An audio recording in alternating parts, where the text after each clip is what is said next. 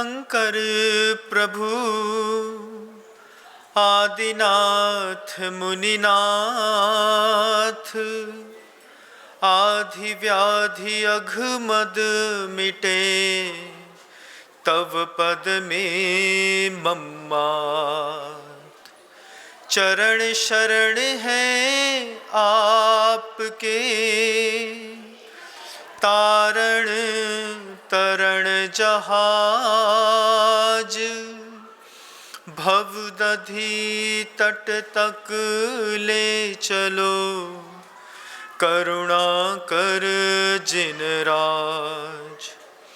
बोलिए आदि ब्रह्मा श्री आदिनाथ जी भगवान की, परम पूज्य आचार्य भगवंत गुरुदेव श्री विद्यासागर जी मुनि महाराज की, बंधा जी के महाआश्चर्यकारी श्री अजितनाथ जी भगवान की, समस्त मुनि संघ की, परम पूज्य मुनि श्री 108 विनम्र सागर जी महाराज की, मुनि संघ की, नमोस्तु भगवान, नमोस्तु भगवान, नमोस्तु।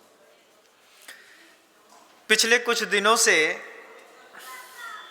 करीब 11 दिन हो गए, निरंतर एक अद्भुत भगवान वर्धमान स्वामी का पावन चरित्र, उनकी पूर्व पर्यायों में वो कैसे थे, क्या थे, कैसे उन्होंने विकास किया, ये पूरी कथा निरंतर हमारे मस्तिष्क पर प्रवाहमान है। वर्धमान चरित्र का आज 12वां दिन है बंधुओं।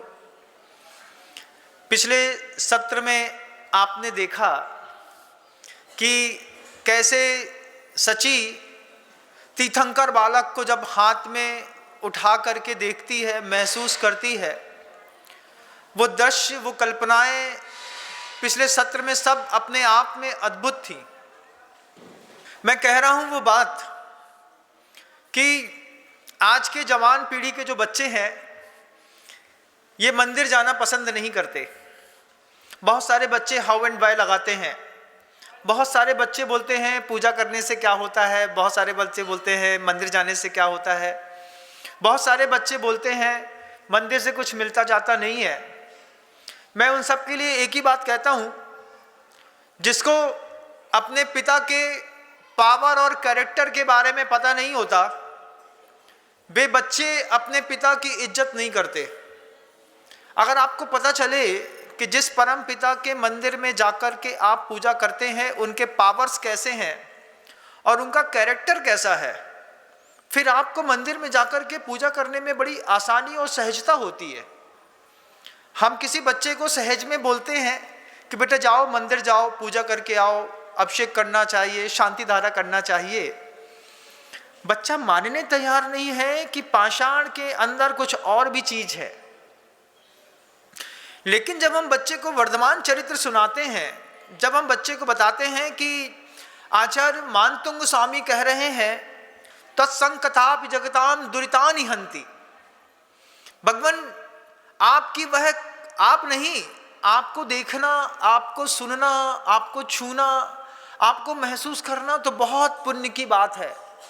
क्या? तत्संकथापि जगताम दुरितानि हन्ति, आपकी कथा सुनना भी जगत के जघन्यतम पापों को नष्ट करने में सामर्थ्य रखती है। भगवान वर्धमान स्वामी के उस चरित्र के किसी भी व्यक्ति का पुण्य देखना हो तो पहले हमको उसका बाहरी वैभव देखना पड़ता है। कि हम किसी का बाहरी वैभव देखेंगे तब हमको दिखेगा कि इसका पुण्य कितना तगड़ा है। जैसे अपन सामान्य परिवारों में भी देखते हैं, किसी के यहाँ जैगवार खड़ी हो, किसी का बंगलो बना हुआ हो, कोई राडो पहना हुआ हो, कोई अपने अच्छे अच्छे एसेसरीज पहना हो, किसी ने बड़ी महंगी चप्पलें पहनी हुई हो 10, 20, 25 हज़ार की, तो दूर के देख करके ही समझ में आता है कि बड़े घर के लोग हैं। ये क्या है? सबसे पहले किसी पुण्यात्मा का बाहर का पुण्य देखिए, फिर धीरे से उसके अंतरंग पुण्य की खोज करिए कि ऐसा क्या किया है कि इतना पुण्य दिखाई दे रहा है इसका। पुण्य को देख करके चिढ़िए मत। किसी का पुण्य देखते हैं, पंचम काल के मनुष्यों को चिढ़ पैदा होती है, भैया इनने तो 2 नंबर को इतो कमाओ है तो जे इतनो सारा दिखा रहे हैं, अपने कहाँ तो 1 नंबर को भैया दाल रोटी चलत सो बहुत। धर्मात्मा समझते अपने आप को, जबकि पुण्यात्मा को देख करके उसके पुण्य की प्रशंसा करिए।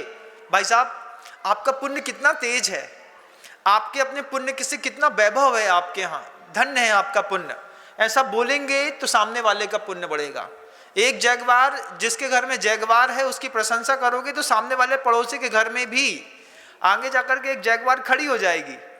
लेकिन निंदा करोगे तो निंदा करने वालों को कुछ नहीं मिलता।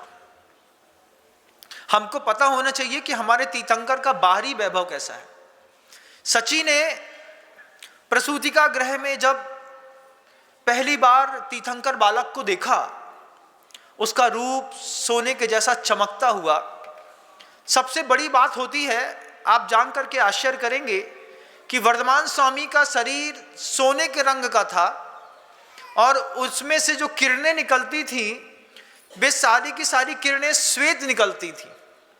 उन श्वेत किरणें निकलती थी और सोने का रंग के भगवान स्वामी कैसे दिखते होंगे, आप अपने आप में कल्पना करिए। उस कल्पना तक जाइए कि जब बिल्कुल चमकती हुई देह पे उनके नाखून ऐसे स्फटिक मणि की समान चमक रहे थे कि उसमें सची को अपना चेहरा दिखाई दे रहा था। अंदर प्रसूतिका गृह में 8 बड़ी बड़ी देवियां, साथ में सची इंद्राणी और माता त्रिशला प्रसूति गृह में लेटी हुई हैं। एक बालक वर्धमान को देख रही है शुद्ध दिगंबर अवस्था में। बाहर कोलाहल मचा हुआ है। बाहर सौधर्मेंद्र के साथ असंख्यात देवी देवता उस कमरे के बाहर टकटकी लगा के खड़े हैं। सबके सब सौधर्मेंद्र कभी इधर से उधर कभी उधर से इधर हो रहा है। ऊपर देवता लोग खड़े हैं। पूरी की पूरी अयोध्या नगरी में सिर्फ देवता देवता और देवता, हर तरफ के देव वहां पर आकर के खड़े और खड़े होकर के सिर्फ एक देख रहे हैं कि कब सची इंद्राणी उस पुत्र को लेकर के बाहर निकलेगी। सौधर्मेंद्र की मर्यादा थी, माता के प्रसूति गृह में वो प्रवेश करने का पात्र नहीं था। पुरुष होने के कारण सची को पहली बार प्रभु के जब दर्शन का मौका मिला, सची अपनी दोनों आंखों को तृप्त नहीं कर पा रही थी। वो कभी भगवान का शरीर देखती, उसको शरीर देखने का सुख, बच्चे को आपस में छूने का सुख भी एक अद्भुत होता है। माँ है, जो माँ है वो उस बात को जानते होंगे कि जब बच्चे को गले से लगा करके चिपटाते हैं और उसको चिपका करके जब उसको थपथपाते हैं तो एक अलग सुख मिलता है। जब बच्चा नहीं मानता है, नहला धुला करके जब गीले बच्चे को माँ अपनी छाती से लगाती है तो माँ के स्पर्श न होने पर माँ को क्या अनुभूति होती है ये सिर्फ माँ जान सकती है, कभी पिता नहीं जान सकता। ध्यान रखिएगा। एक छोटा सा बालक हो, गीला हो, बिल्कुल नहलाया धुलाया हो, रो रहा हो और माँ ने उस गीले बच्चे को गले में लेकर के चिपका दिया, बेटा बेटा बेटा बेटा, और वो ससकते हुए जब चुप होता है तो माँ की धड़कनों से जब बच्चे की धड़कनें यहाँ पर मिलती हैं बंधुओं, उस सुख की कल्पना पुरुष जीवन में कभी कर ही नहीं सकता। सची उस बालक जिनेंद्र को, भगवान वर्धमान स्वामी को कभी हाथ में उठाई, एक बार गले से लगा करके देखा। सची प्रभु का शरीर सूंघ रही थी, सूंघ करके, क्योंकि हर जितने भी तीर्थंकर होते हैं सारे के सारे तीर्थंकरों के देह से खुशबू आती है। तो सची तीर्थंकर का वह शरीर सूंघती, आंखों से शरीर को देखती, हाथों से उसकी स्पर्शना करती। इन सब को देख करके सची अभिभूत हो रही थी। अंदर 8 देवियां, सची, माता त्रिशला और वो छोटा सा बालक जिनेंद्र। वो बालक जिनेंद्र भी बालक तो है लेकिन उसके बाद भी अनंत बल का धारी है।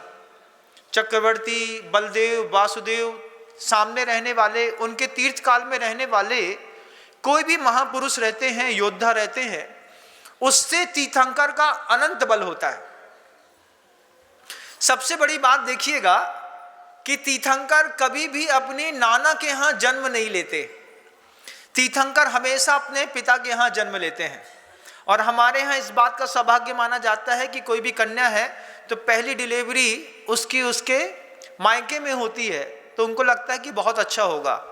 लेकिन तीर्थंकर हमेशा अपने पिता के यहाँ जन्म लेते हैं। आज अगर आप महाराज चेटक की उस भूमि को, सिंध देश को देखने जाएंगे तो आपको आश्चर्य होगा कि वो पाकिस्तान में है। मतलब महाराज चेटक जो माता त्रिशला के पिता थे, मतलब भगवान वर्धमान स्वामी का जो ननिहाल है वो सिंध देश पे, पाकिस्तान पे है बंधुओं। माता त्रिशला अपने उस पुत्र को देख रही थी, वहां पर सची देख रही थी, 8 देवियां देख रही थी, 12 करोड़ से ऊपर वाद्य यंत्र एक साथ बज रहे थे। आप लोग ने भी वाद्य यंत्र बहुत सारे सुने होंगे, लेकिन जो मैं बताने जा रहा हूं वैसा नहीं सुना होगा। जब 12 करोड़ वाद्य यंत्र बज रहे थे तो जो दो देव बीच में खड़े थे, खचाखच सामने देख रहे थे, 6 करोड़ से ऊपर देव लोग जो आसमान में खड़े होकर के वाद्य यंत्र बजा रहे थे, दाहिनी तरफ और बाईं तरफ दोनों तरफ के बजने वाले वाद्य यंत्रों की फ्रीक्वेंसी अलग अलग थी।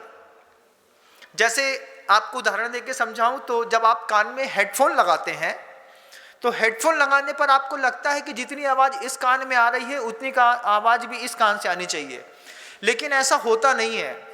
जब कभी भी आप गाइडेड मेडिटेशन में स्लीपिंग मोड में कोई ध्यान को सुनेंगे तो आपको पता चलेगा कि दोनों कानों से वाइब्रेशन अलग अलग आता है। एक दूसरे के में 20 से 25 फ्रीक्वेंसी जब कम ज़्यादा होती है तो उस सॉन्ग को सुनते सुनते आदमी को नींद आ जाती है, और उससे जैसे इस कान से 20 फ्रीक्वेंसी को कम करके कोई साउंड जा रहा है और इस कान में 20 फ्रीक्वेंसी को तेज लेकर के कोई वाद्य यंत्र बज रहा है, तो दोनों तरंगे जब कान में प्रवेश करती हैं तो मस्तिष्क जो है वो अल्फा रेंज में चला जाता है। जब मस्तिष्क अल्फा स्टेज पे चला जाता है तो आपको धीरे धीरे नींद आने लगती है। जब यही सॉन्ग जो है आवाज़ें होती हैं, ये धीमे धीमे धीमे अपना वॉल्यूम जब और कम करती जाती हैं, लेकिन दोनों कानों में जाने वाली ध्वनियों में 20 डेसिबल फ्रीक्वेंसी का एक्सचेंज होता ही बना ही रहता है। इस कान से थोड़ी कम आवाज़ आती है, इस कान से थोड़ी ज़्यादा। जब ऐसी होती है और उसकी फ्रीक्वेंसी, उसकी साउंड जब धीरे धीरे कम होता है तो वही अल्फा स्टेज वाला से बीटा में, और बीटा के बाद थीटा स्टेज में चला जाता है। और थीटा स्टेज में जाने वाले साउंड को सुनने वाले लोगों के कान इतने तेज होते हैं कि वो किलोमीटरों दूर की कोई आवाज़ बहुत गौर से सुन लेते हैं। वर्धमान स्वामी का जब जन्म हुआ तब इस तरीके के 12 करोड़ वाद्य बज रहे थे। दाहिने हाथ से बजने वाले जितने भी वाद्य यंत्र थे, बाएं हाथ से बजने वाले वाद्य यंत्रों की अपेक्षा दाहिने हाथ के वाद्य यंत्रों की ध्वनि थोड़ी कम थी। और उस संगीत को सुन करके जितने भी लोग थे उन सब के अंदर के रक्त की ऊष्मा का प्रवाह शतगुणित हो गया। सबके अंदर बहुत ज़्यादा उत्साह पैदा हो गया। जब बहुत ज़्यादा उत्साह पैदा हो गया और सौधर्मेंद्र से नहीं रहा गया तो सौधर्मेंद्र बड़ी मजबूरी में मन मार करके धीरे धीरे करके अपने कदमों को धरती पर बार बार पटकता। जब सौधर्मेंद्र धरती में अपना कदम पटकेगा, सोचिए धरती कैसी कंपित होगी। छोटे छोटे कंपन जब होने लगे तो अंदर सची इंद्राणी को पता चला कि ये हमारे श्रीमान जी के द्वारा किया गया कंपन है। वो चाह रहे हैं कि तुम बाहर लेकर के आओ, बाहर इतना तहलका मचाने वाला उत्सव करना है।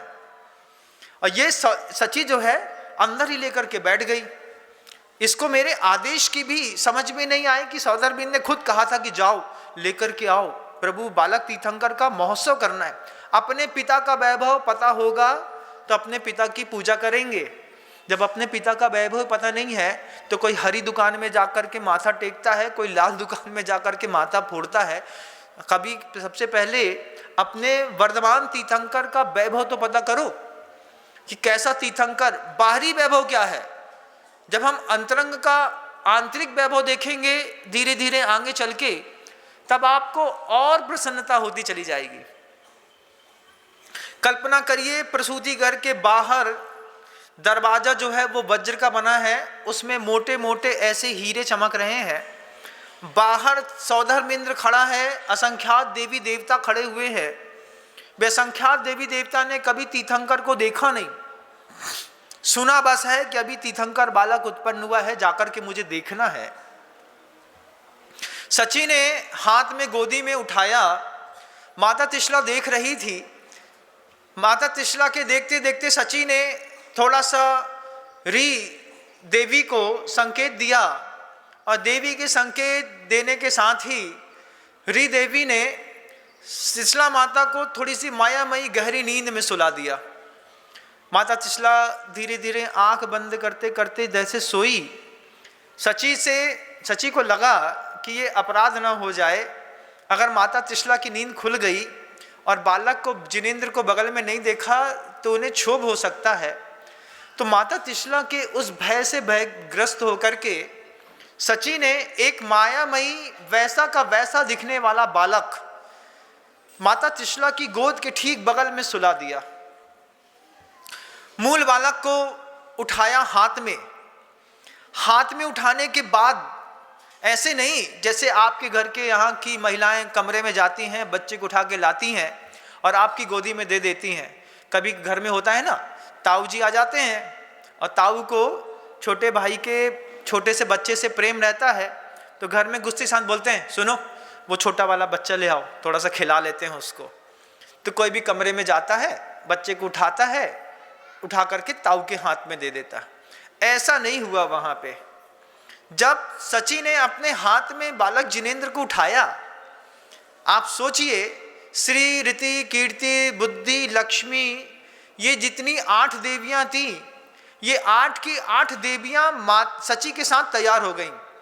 सबसे पहले श्री देवी ने, जो देवी है, जो सौधर्मेंद्र की आज्ञा से 6 महीने पहले से 15 महीना हो गया सौधर्मेंद्र की आज्ञा से इन 8 की 8 देवियों को सबसे पहले माता त्रिशला की सेवा करती थी। और त्रिशला सो रही थी और सची ने हाथ में जैसे बालक जिनेंद्र को उठाया, श्री देवी जो थी उस देवी ने एक वज्रमयी दंड को पकड़ते हुए एक बहुत बड़ा मंगल प्रातिहार के रूप में छत्र उस छोटे से बालक के सर पर लगाया।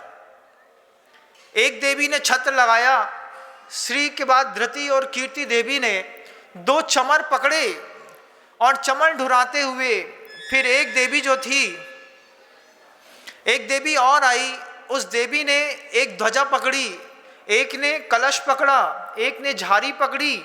ऐसी 8 की 8 देवियों ने सची को बीच में रखते हुए चारों तरफ से उनको घेरते हुए, और जब बालक को लेकर के बाहर निकली, जब पहली बार सची इंद्राणी ने देवी को इशारा देते हुए जब देवियों ने वो प्रसूति गृह का दरवाजा खोला, दरवाजा खोलते साथ ही पूरा का पूरा एक विस्तृत योजनों का एक आंगन था। उस आंगन पर असंख्यात देवी देवता खड़े हुए थे। सब आकाश में गमन करने वाली शक्ति को लेकर के, कुछ अधर में खड़े थे, कुछ धरती पर खड़े थे। और सची ने प्रसूति गृह से बालक को निकाल करके जब पूरी 8 महाप्रातिहार्यों से शोभित जिनेंद्र भगवान को ला करके सौधर्मेंद्र के पास पहली बार दूर से दर्शन कराया।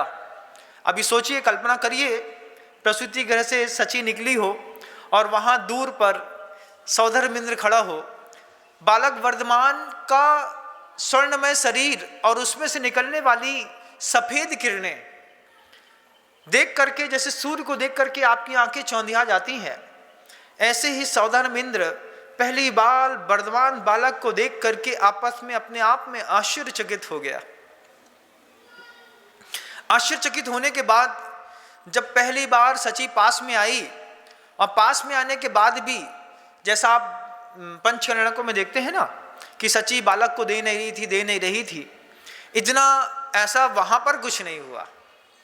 वहां पर क्या हुआ कि सची आई, आते साथ ही स्वामी बालक को देख रहे थे और सची सौधर्मेंद्र को देख रही थी। और सौधर्मेंद्र को देखते देखते जब सौधर्मेंद्र ने बाहें हाथें फैलाई और फैलाते साथ ही सची ने सौधर्मेंद्र को हाथ में बालक जिनेंद्र को दे दिया। छोटा सा बच्चा, स्वस्थ, आपका बच्चा 2.5 किलो का होता है। आप कभी 7-8 किलो के बच्चे की कल्पना करिए कि कोई 7-8 किलो का बच्चा हो, सोने के जैसा चमकता हो, किरणें निकल रही हो, छत्र चमर भामंडल लगा हुआ हो, बैठने की ताकत जन्म से है। ऐसा नहीं, आपके यहाँ के बच्चे तो 8-10 महीने में बैठते हैं, लेकिन तीर्थंकर बालक जब गर्भ से बाहर आते हैं, गर्भावतरण के बाद, जन्म करण के बाद वो उसी वक्त बैठने की सामर्थ्य साथ में लेकर के आते हैं। उनकी रीढ़ की हड्डियां वज्र की बनी होती हैं बंधुओं। ये ऐसे तीर्थंकर बालक जब पहली बार सौधर्मेंद्र की हाथ में आए, सौधर्मेंद्र उस तीर्थंकर बालक के पूरे अभूतपूर्व वैभव को देखने में दो आंखों की कमी महसूस कर रहा था। आचार्य भगवंत कहते हैं, जिनसे स्वामी हरिवंश पुराण में और भी ग्रंथों में उदाहरण में गुरुदेव कहते हैं कि द्वयक्षय सक्र सहस्राक्षु बहु बहु विस्मया। सोचा नहीं था, सौधर्मेंद्र कल्पना करता है कि अच्युत स्वर्ग में जिस इंद्र को देखा था और अच्युत स्वर्ग में इनका जो वैभव था, उससे आज का वैभव बहुत बढ़ा हुआ है। कभी भी किसी का पुण्य देखना हो तो उसका पहले बाहरी वैभव देखना, फिर उसका अंतरंग का वैभव देखना। जब सौधर्मेंद्र ने देखा कि इनका पुण्य बहुत बढ़ा हुआ है और पूर्व के पर्याय से इस पर्याय में तो पुण्य ऐसा खिल करके सामने आया है कि देखते ही बन रहा है, तब सौधर्मेंद्र ने, आचार्य भगवंत कहते हैं, अपने पूरे शरीर पर 1000 नेत्र बना लिए। द्वयक्षय सक्र सहस्राक्षो, 2 आंखों वाला इंद्र ने 1000 आंखें बना करके तीर्थंकर भगवान के उस पूरे रूप का दर्शन किया। उसके बाद भी सौधर्मेंद्र तृप्त नहीं हो पा रहा था। जब उसकी तृप्ति, शांति नहीं हो रही थी, उसने हाथ में लिया, बालक को देखा, छुआ और ठीक सची जैसा कर रही थी उसको सूंघा, अपने आप को धन्य धन्य महसूस किया। और जब बहुत कुछ देर बाद जब उसको कुछ तनिक सी संतुष्टि मिली तो सौधर्मेंद्र ने सिर्फ एक हाथ ऊपर उठाया, ऐसा हाथ ऊपर, एक हाथ में जिनेंद्र बालक पकड़ा हुआ, सौधर्मेंद्र ने एक हाथ ऊपर उठाया। एक हाथ ऊपर उठाते साथ ही ऐरावत हाथी सामने से तैयार हो करके आकर के और सौधर्मेंद्र के सामने खड़ा हो गया। स्वर्गों में जितने देव होते हैं वे सारे के सारे देव सम्यक दृष्टि होते हैं, ऐसा नहीं होता। मंद कसाय के परिणाम के साथ कई लोगों को स्वर्गों की सीटों में जाने का मौका मिलता है। मान लीजिए आप देवशास्त्र गुरु को नहीं मानते हैं, लेकिन आप मंद कसाई हैं, कसाई के भाव मध्य पड़े रहते हैं, मंद कसाय के साथ भी स्वर्ग में जाने का मौका मिलता है। लेकिन देवशास्त्र गुरु पर आस्था नहीं होती है, मिथ्यात्व साथ में रहता है। ऐसे मिथ्या दृष्टि जीव जब यहाँ से मर करके मंद कसाय के परिणाम के साथ देव बनते हैं, और देव बनने के बाद जब सम्यक दृष्टि देव जो वहाँ पर रहते हैं उनके अधीनता स्वीकार करनी पड़ती है, तब मिथ्या दृष्टि देवों को भारी दुख होता है। अब वो जो ऐरावत हाथी है वो भी एक देव है, वहाँ पर घोड़ा बनते हैं, हाथी बनते हैं और भी सारी चीज़ों को बनते हैं, वाहन बनते हैं। तो सम्यक दृष्टि देवों को, देवों का मिथ्या दृष्टि देवों को वाहन बनना पड़ता है। जब पूरे के पूरे जितने भी मिथ्या दृष्टि और सम्यक दृष्टि असंख्यात देवी देवताओं ने सौधर्मेंद्र का पहला उठा हुआ हाथ देखा, दूर तक जमीन में और आसमान में जितने देव थे सब में हलचल मच गई, क्योंकि अब बालक जिनेंद्र हाथ में है। सौधर्मेंद्र ने 1000 आंखों से बालक जिनेंद्र को देख लिया है। अब सुमेरु, सुदर्शन मेरु पर जाकर के भगवान का प्रथम जन्माभिषेक महोत्सव मनाना है। जन्माभिषेक महोत्सव मनाने के लिए जब ऐरावत हाथी सामने आया, 1000 सूंड थी उस ऐरावत हाथी की। हर सूंड पर एक एक तालाब था, एक एक तालाब पर एक एक भवन था, भवन में जिन मंदिर थे, जिन मंदिर में तालाबों में कमल थे, कमल में नृत्यंगाएं नृत्य कर रही थी। कभी कल्पना भी नहीं कर पाएंगे आप कि ऐसा कोई ऐरावत हाथी होता होगा जिसकी 1000 सूंडों पर, हर सूंड में एक एक सरोवर हो, एक एक सरोवर में एक एक भवन हो, एक एक जिनालय हो, एक एक कमल में एक एक देवियां हो, सारी देवियां नृत्य कर रही हो। ऐसा मायामयी ऐरावत हाथी आया, सामने खड़ा हो गया। अन्य देवों ने अपने अधीनस्थ देवों को संदेश दिया कि तुम घोड़ा बन के, तुम हाथी बन करके आओ और भगवान के इस वैभव में सम्मिलित हो। तब मिथ्या दृष्टि देवों को, सम्यक दृष्टि देवों को देख करके बड़ा दुख हुआ।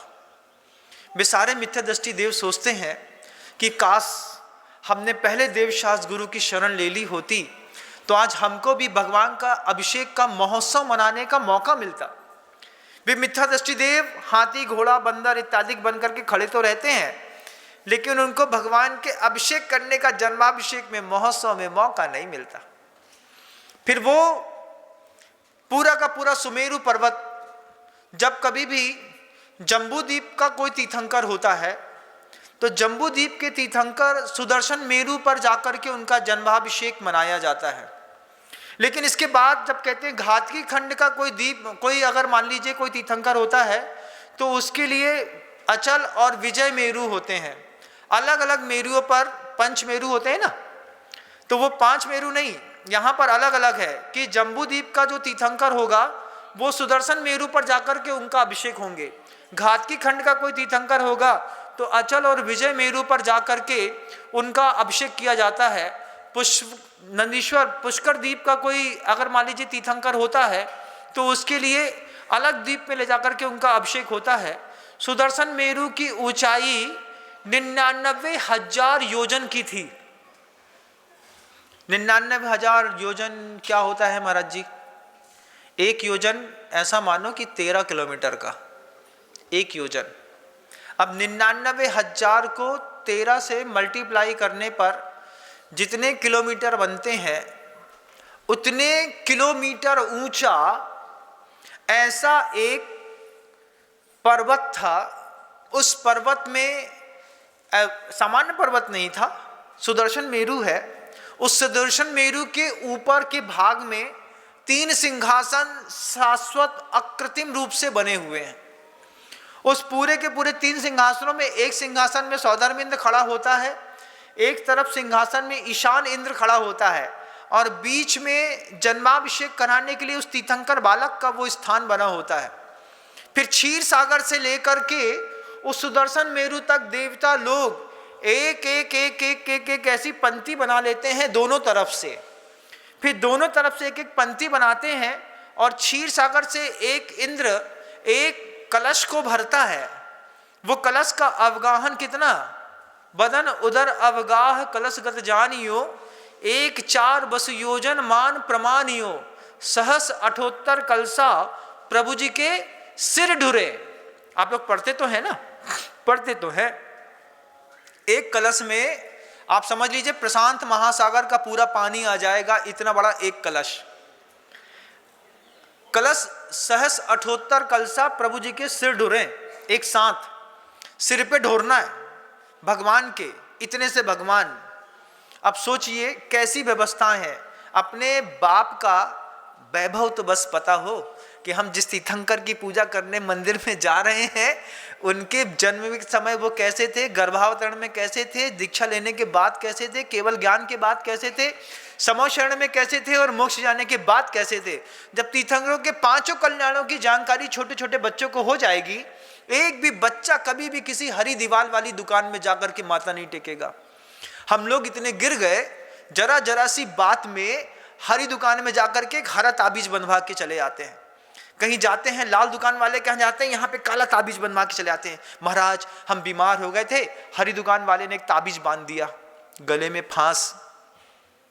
जितनी भी ताबीजें गले में हाथ में बंधी हैं, अगर विनम्र सागर के ऊपर विश्वास है तो आज ही काट करके तोड़ करके नदी में प्रवाहित कर देना और संकल्प कर लेना। मैं हमेशा कहता हूं वो बात, आज फिर कहूंगा कि अगर जैन कुल में उत्पन्न हुए व्यक्ति को जिनालय से कुछ नहीं मिला तो दुनिया के किसी अनाथालय से उसको कुछ भी मिलने वाला नहीं है। और जिनालय से आपको जो भी चाहिए है उन सारी चीजों को देने की लेने की जवाबदारी जब मैं खुद ले लेता हूं तब आपको तो और आश्वस्त हो जाना चाहिए इस बात के लिए कि महाराज कहते हैं कि अपने भगवान से, देवशास गुरु से दुनिया की हर चीज उपलब्ध है। हमको किसी भी हरी दुकान में जाकर के हरा ताबीज बांधने की कोई जरूरत ही नहीं है। तीर्थंकर का वो जो सुदर्शन मेरु जो पर्वत होता है 99,000 योजन ऊंचा और मूल में मतलब जड़ के अंदर गहराई में 1,000 योजन होकर के 1,00,000 योजन वाला होता है। उसमें 3 ऐसे सिंहासन होते हैं, एक तरफ सौधर्म इंद्र खड़ा होता है, एक तरफ ईशान इंद्र खड़ा होता है। कल्पना करिए, हजारों किलोमीटर की लाइन लगा करके देवी देवता लोग क्षीर सागर के समुद्र का जल एक भरते हुए एक दूसरे को पहुंचाते हुए वहां तक पहुंचाना, लेकर के जाना, कितना अद्भुत दृश्य होगा। ये भगवान का जन्माभिषेक महोत्सव ऐसा होता है। अभी भी आप जब पांडुक शिला पर, कभी इस पांडुक शिला को देख करके जब आपका मन करे, जब बगल में सीढ़ी पे खड़े होकर के भगवान को अभिषेक करते हैं, इन छोटे छोटे शब्दों से विशुद्धि बढ़ाइए।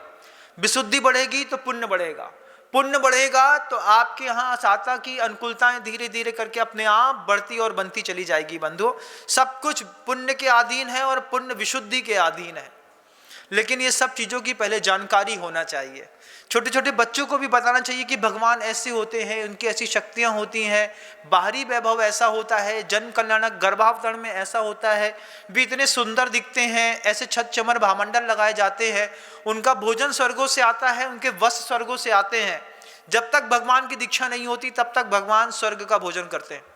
वे कभी माता का दुग्धपान नहीं करते, उनके अंगूठे में अमृत लगा रहता है, उसी को चूसते हैं और खुश रहते हैं।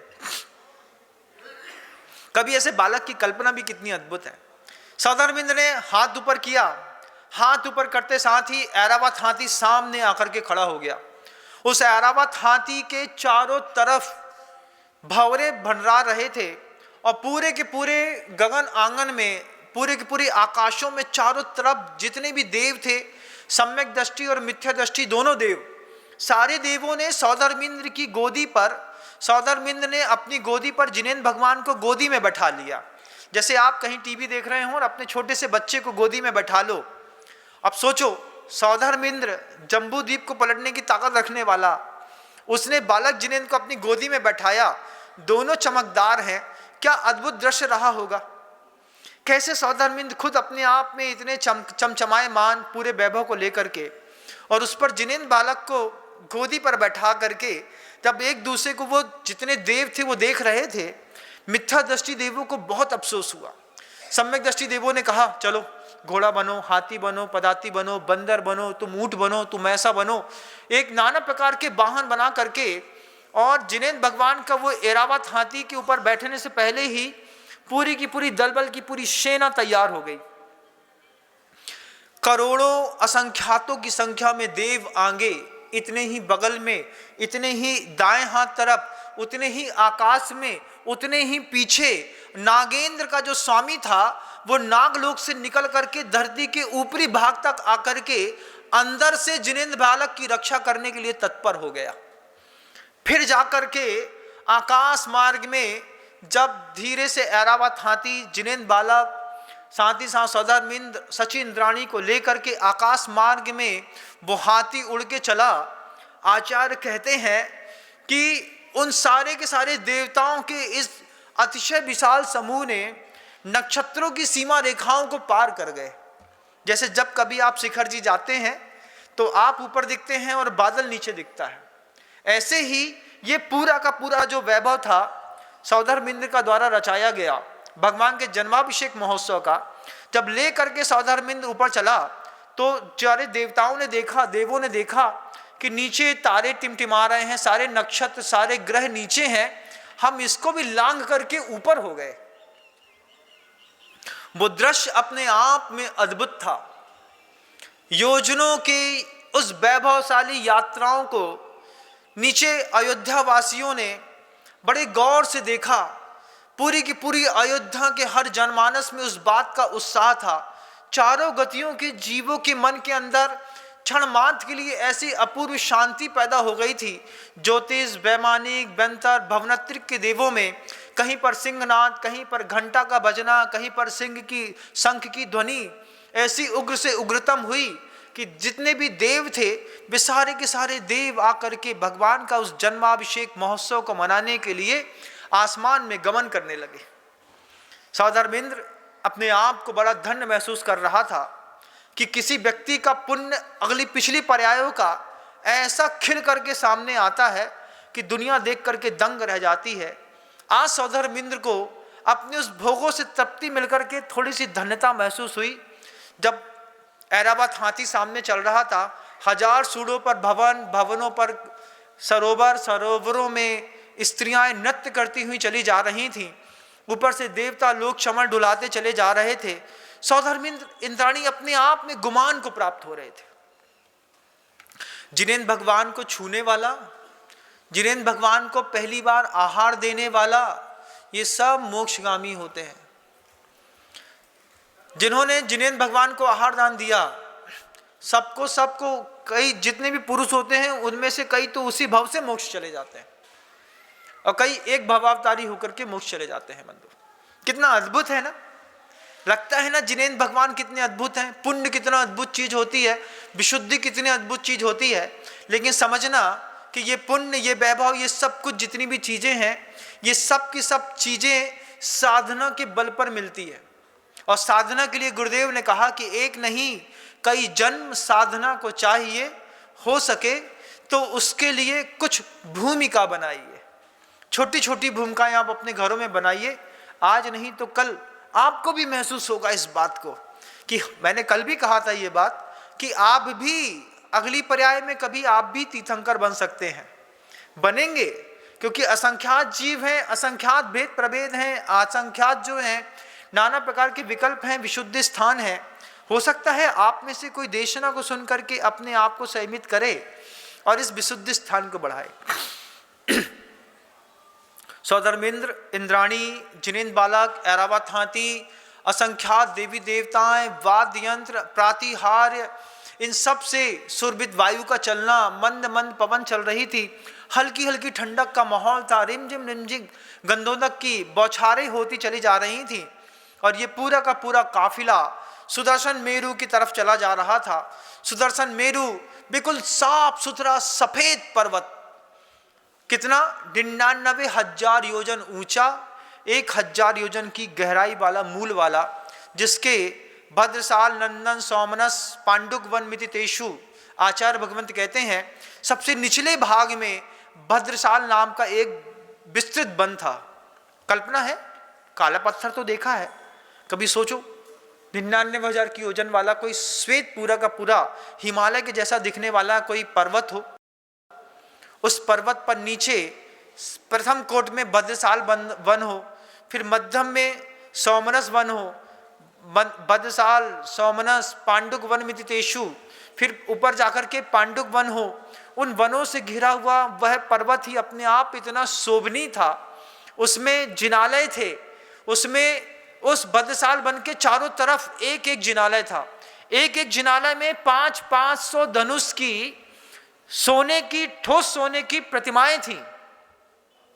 भद्रसाल वन, सोमनस वन, पांडुक वन, ऐसे चारों वनों में, चारों दिशाओं में एक एक जिनालय, जिनालयों में 108 कुल मिलाकर के प्रतिमाएं, सारी प्रतिमाएं 500 धनुष की, 500 धनुष की प्रतिमाएं शुद्ध स्वर्ण की। 108 प्रतिमाओं के उस अभिषेक महोत्सव को ऊपर जब पहुंच करके सौधर्मिंद्र वहां पर पहुंचता है, सौधर्मिंद्र वहां पर पहुंच करके जब पहली बार फिर दोबारा सुदर्शन मेरु को देखता है तो देख करके देखता रह जाता है। बड़े भक्ति भाव के साथ ऐरावत हाथी से नीचे उतर करके और उस सिंहासन तक जा करके जिनेंद्र भगवान को बड़ा मन को खिन्न करते हुए कि मुझे अपने हाथ से जिनेंद्र भगवान छोड़ने पड़ रहे हैं, लेकिन सौधर्मेंद्र उस बीच के सिंहासन में जिनेंद्र बालक भगवान को वहां पर बैठा देता है। बैठाने के बाद क्या होता है, इसके लिए हम कल पुनः उपस्थित होंगे। शब्दों को विराम देता हूं, कल पुनः प्रयास करूंगा। गुरुदेव श्री विद्या